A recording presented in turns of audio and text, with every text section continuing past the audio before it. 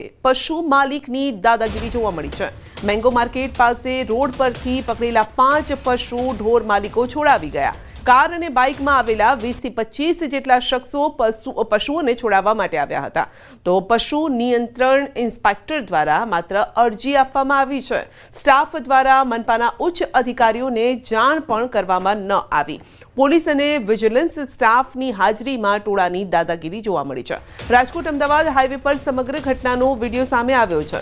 રાષ્ટ્રપતિનો કાફલો આવે તે પહેલા રોડ પરથી પશુઓ હટાવવાની કામગીરી કરવામાં આવી રહી હતી અને તે સમયે આ બબાલ થઈ હતી।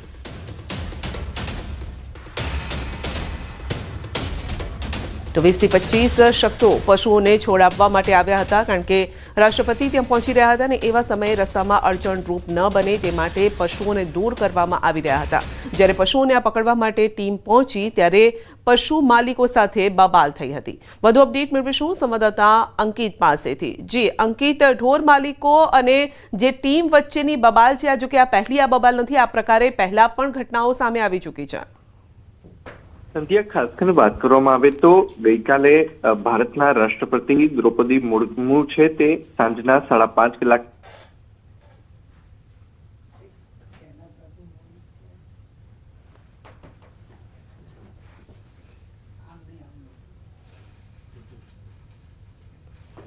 તો પશુ માલિકો અને પશુની પકડવા ગયેલી ટીમ વચ્ચે બબાલના આ દ્રશ્યો જોવા મળ્યા હતા। રકઝક થઈ ગઈ હતી અને ત્યારબાદ પશુ માલિકો તેમના પશુઓને છોડાવીને લઈ ગયા।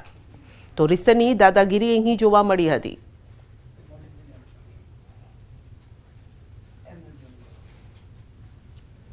તો અંકિત આપણી સાથે જોડાઈ ગયા છે। જી અંકિત।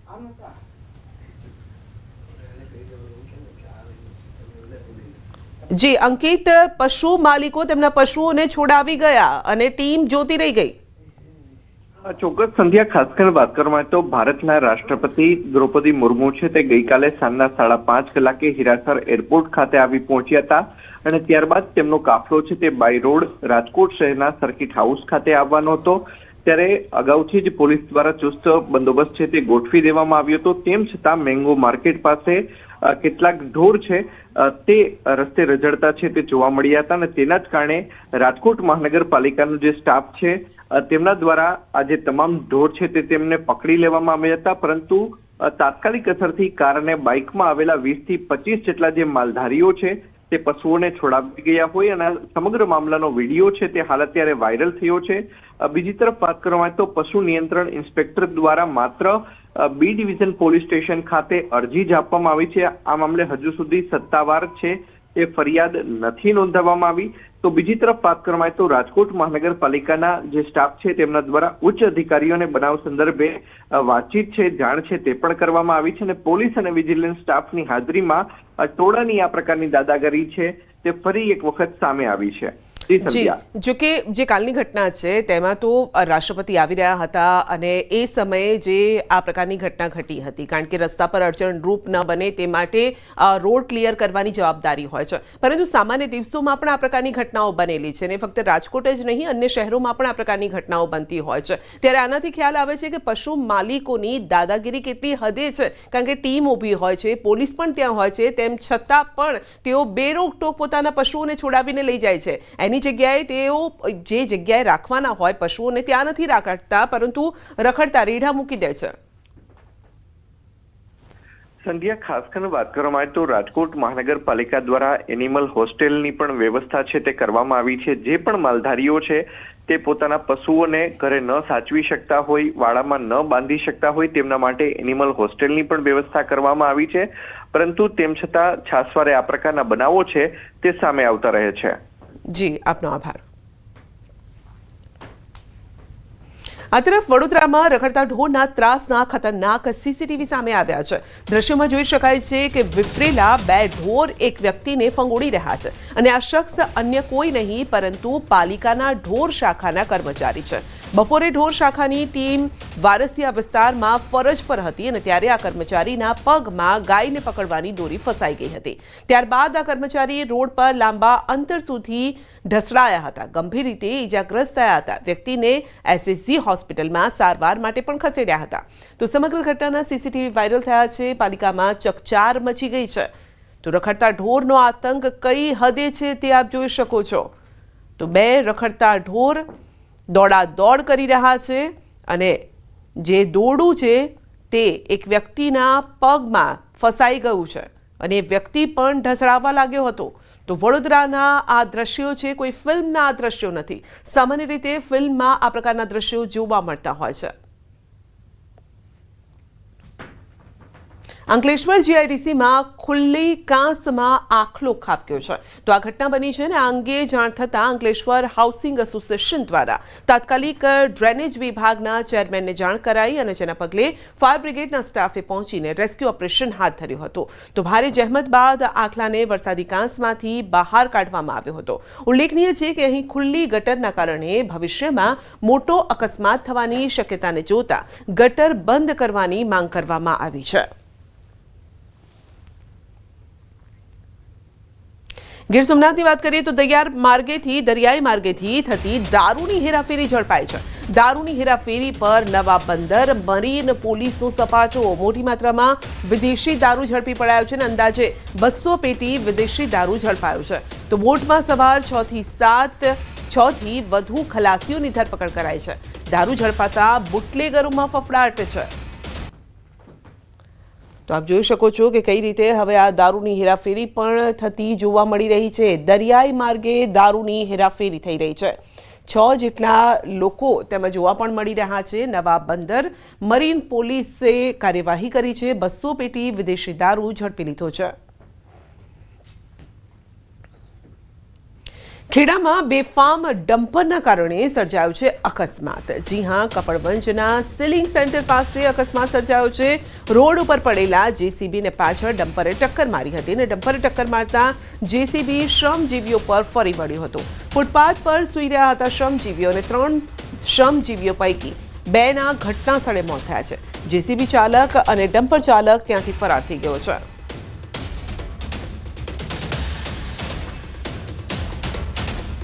વડોદરા શહેરના બગીખાના પાસે ડામરના ટેન્કરમાં અચાનક જ આગ ફાટી નીકળી હતી. જોતજોતામાં આગે આખા ટેન્કને ચપેટમાં લીધું હતું અને મુખ્ય માર્ગ પર પાર્ક કરેલા ડામર ટેન્કમાં આગ લાગી હતી. નાસભાગ મચી ગઈ. રોડનું કામ ચાલતું હોવાથી ત્યાં કાર્યરત હતું ટેન્કર અને ટેન્કરમાં અચાનક જ આગ ફાટી નીકળી હતી. જ્વાળાના કારણે વાહનોની અવરજવર પણ બંધ થઈ ગઈ હતી.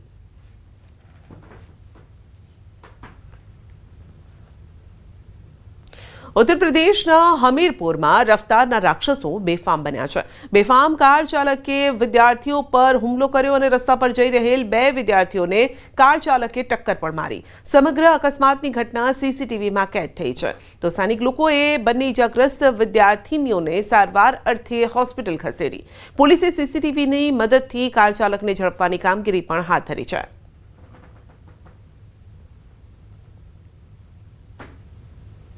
કચ્છના વાગડ વિસ્તારના ખડીર દ્વીપ સમૂહના રતનપર ગામના જંગલ વિસ્તારમાંથી 2 પાકિસ્તાની નાગરિકોને પોલીસે ઝડપી પાડ્યા છે.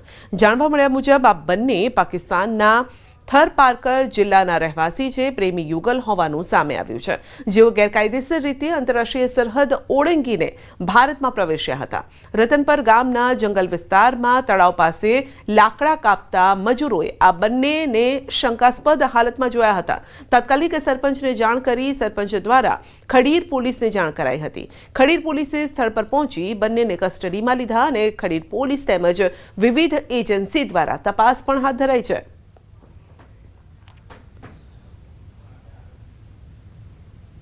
બે લોકો જે છે અજાણ્યા જોવા મળ્યા હતા.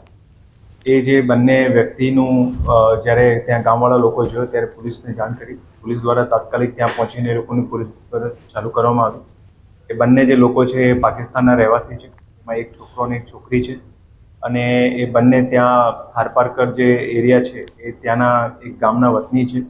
એ લોકોએ પ્રાથમિક રીતે એવું જણાવ્યું છે કે એ બોર્ડર ક્રોસ કરીને આવ્યા છે. નવનિયુક્ત પ્રદેશ ભાજપ પ્રમુખ ગુજરાત પ્રવાસે. જગદીશ વિશ્વકર્મા ગુજરાત ભ્રમણ કરી રહ્યા છે. 7 દિવસમાં રાજ્યના 4 ઝોનનો પ્રવાસ કરવાના છે. 7 દિવસમાં કુલ 6 મહાસંમેલન અને જાહેર સભાનું આયોજન કરાયું છે. આજે અંબાજી દર્શન કરીને યાત્રાની તેઓએ શરૂઆત કરી છે. અંબાજીમાં ઠેર ઠેર વતનમાં વીરાનું સ્વાગતના નારા અને બેનર પણ લાગ્યા છે. બનાસકાંઠાની મુલાકાત દરમિયાન પાલનપુર ખાતે વિશાળ બાઇક રેલી અને જાહેર સભા પણ યોજાવાની છે. તો જ્યારે અંબાજી પહોંચ્યા ત્યારે ઢોલ નગાડા સાથે તેમનું સ્વાગત કરવામાં આવ્યું હતું, કારણ કે લાંબા સમયથી આ પદને લઈને ઘણી ચર્ચાઓ પણ હતી, પરંતુ આખરે એ ચહેરો મળી ગયો ગુજરાત ભાજપને. અને ત્યારબાદ હવે તેઓ રાજ્યનું પરિભ્રમણ કરવા માટે નીકળ્યા છે. લોકો સાથે રૂબરૂ પણ થશે અને જેમાં પહેલો પડાવ તેમનો અંબાજીનો છે. તમામ ટીમ પ્રદેશની અને જિલ્લાની એ મા અંબાના ચરણોમાં આશીર્વાદ લઈ અને તમામ લોકોની સુખાકારીની પ્રાર્થના કરી અને આજથી આ પ્રવાસનો આરંભ કરીએ છીએ. આત્મનિર્ભર ભારત, હર ઘર સ્વદેશી, ઘર ઘર સ્વદેશી, આ અભિયાનની શરૂઆત થઈ ચૂકી છે.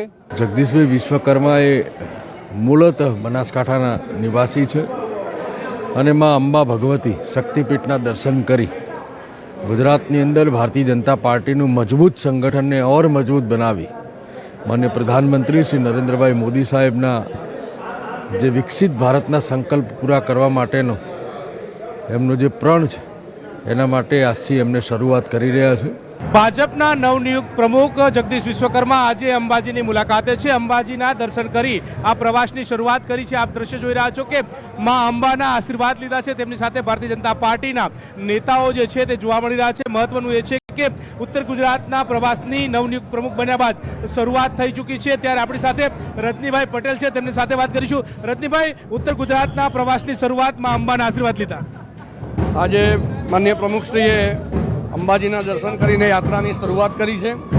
ખૂબ કાર્યકર્તાઓમાં જોમ જુસ્સો ઉત્સાહ જોવા મળી રહ્યો છે. આવનારા સમયમાં સમગ્ર ગુજરાતમાં આ જ પ્રકારે કાર્યકર્તાઓની સાથે મળવાનો કાર્યક્રમ માનનીય પ્રમુખ સાહેબ કરશે.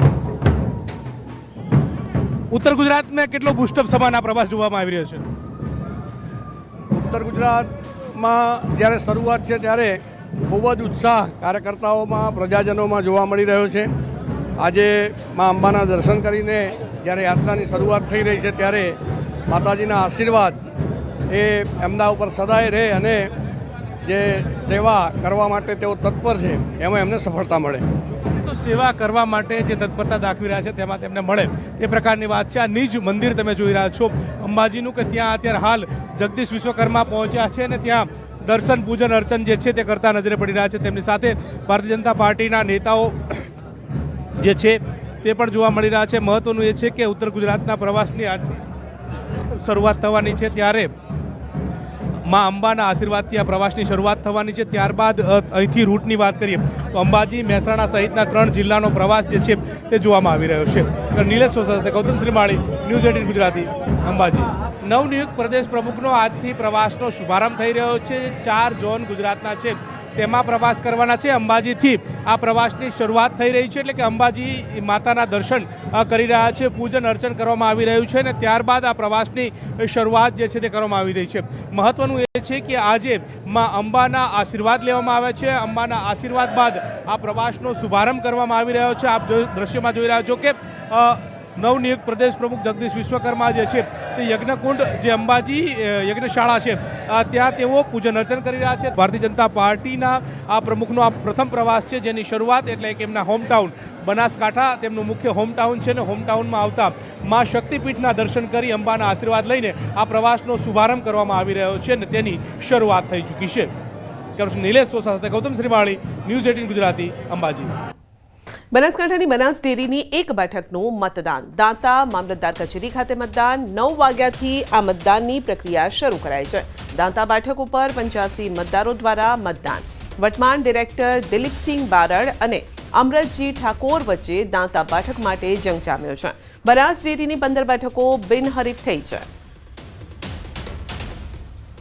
બનાસ ડેરીની દાંતા બેઠક પર મતદાન. દાંતા મામલતદાર કચેરી ખાતે મતદાન. આ અંગે વધુ અપડેટ મેળવીશું સંવાદદાતા કિશોર પાસેથી. જી કિશોર, દાંતા બેઠક માટે મતદાન થઈ રહ્યું છે, શું અપડેટ?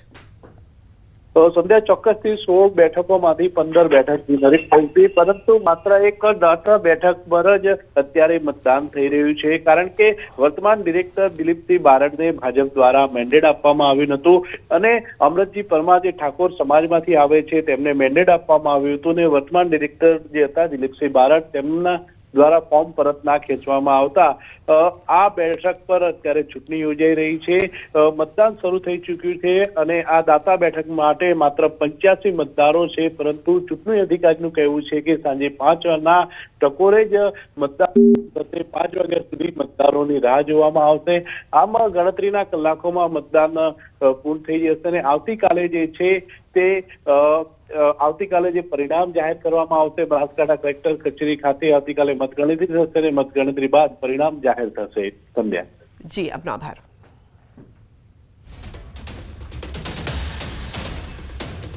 વિશ્વ ટપાલ દિવસની ભાજપ દ્વારા ખાસ ઉજવણી કરાઈ। છેલ્લા 24 વર્ષના વિકાસ કાર્યોને લઈને નાગરિકો, ખેડૂતો, પશુપાલકો, ભાઈ બહેને પીએમ મોદીનો આભાર માન્યો છે અને આભાર વ્યક્ત કરતા 1,11,075 પોસ્ટ કાર્ડ પ્રધાનમંત્રી મોદીને લખવામાં આવ્યા છે, જે એક વર્લ્ડ રેકોર્ડ પણ છે। આ તમામ પત્રોને રિવરફ્રન્ટ ખાતે અલગ અલગ થીમ બનાવીને પ્રદર્શન માટે મૂકવામાં આવ્યા। ગુજરાતની લગભગ 26,000 મંડળીઓ દ્વારા 12,000 ગામડાઓમાં 5.5 લાખ કોલેજના યુવાનો દ્વારા અને અમદાવાદ મ્યુનિસિપલ કોર્પોરેશનની શાળાઓ પૈકી 1 લાખથી પણ વધારે બાળકો દ્વારા આભાર મોદીજીના પોસ્ટ કાર્ડ લખાયા છે। 1,11,75,000 પત્રો ગ્રામીણો દ્વારા, ખેડૂતો દ્વારા, વિદ્યાર્થીઓ દ્વારા, કોલેજ વિદ્યાર્થીઓ દ્વારા આ પત્રો નરેન્દ્રભાઈને 24 વર્ષના એમના જે વિકાસના કામો છે એમનો આભાર માનતો આ પત્ર છે। એ પત્રો દ્વારા સ્ટેચ્યુ ઓફ યુનિટી, વિકસિત ભારત, બ્રહ્મોસ એ બધું પ્રદર્શન અહીં કરવામાં આવ્યું છે। ચૈતર વસાવાના ભાજપ દ્વારા કેબિનેટ મંત્રી પદની ઓફરના નિવેદન સામે સાંસદ મનસુખ વસાવાએ પ્રતિક્રિયા આપી છે। તેમણે કહ્યું છે કે આ ગપ ગોળા ફેંકે છે, વાહિયાત વાતો કરે છે। જેલમાંથી છૂટ્યા પછી જાત જાતના આક્ષેપ કરે કે મનસુખભાઈ મને ફિટ કર્યો। હમણાં પાછું સ્ટેટમેન્ટ એવું ચાલુ કર્યું કે ભાજપના લોકો મને કેબિનેટ મંત્રી બનવા માટે ઓફર કરી પણ મેં ઠુકરાવી, પૈસાને ઓફર કરી પણ મેં ઠુકરાવી દીધું। આ તદ્દન ગપગોળા ફેંકે છે, વાહિયાત વાતો કરે છે। ભારતીય જનતા પાર્ટી એ કોઈ ઓફર કરી નથી।